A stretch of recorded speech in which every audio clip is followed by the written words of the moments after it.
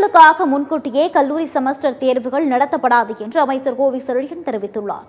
தஞ்சை பழைய பேருந்து நிலையத்தில் முதியவர்கள் மற்றும் மாற்றுத்திறனாளிகள் எளிதில் பயன்படுத்தும் வகையில் நவீன வசதிகளுடன் கூடிய தாழ்தள பேருந்து சேவையை உயர்கல்வித்துறை அமைச்சர் கோவி செழியன் தொடங்கி வைத்தார். இதில் பல்வேறு வழித்தடங்களில் 5 புதிய பேருந்துகளை இயக்கி வைத்தார்.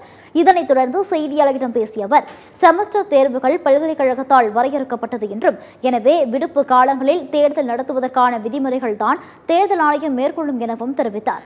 எனவே தேர்தலுக்காக செமஸ்டர் தேர்வு முன்கூட்டியே நடத்த வாய்ப்பில்லை எனவும் அமைச்சர் கோவி செழியன் தெரிவித்துள்ளார். செமஸ்டர் தேர்வுகள் எல்லாம் பல்கலைக்கழகத்தால் வரையறுக்கப்பட்ட தேதிகள், கல்லூரி பல்கலைக்கழகம் துவங்குவதற்கு முன்பு வரையறுக்கப்பட்ட விஷயம். இது தேர்தல் ஆணையம் நன்றாக அறியும். எனவே விடுப்பு காலங்களில் தேர்தல் நடத்துவதற்கான விதிமுறைகளை தான் தேர்தல் ஆணையம் மேற்கொள்ளும். அந்த வகையில் தான் நடக்குமே தவிர தேர்தலுக்காக முன்னாடியே தேர்வு என்பது இல்லை.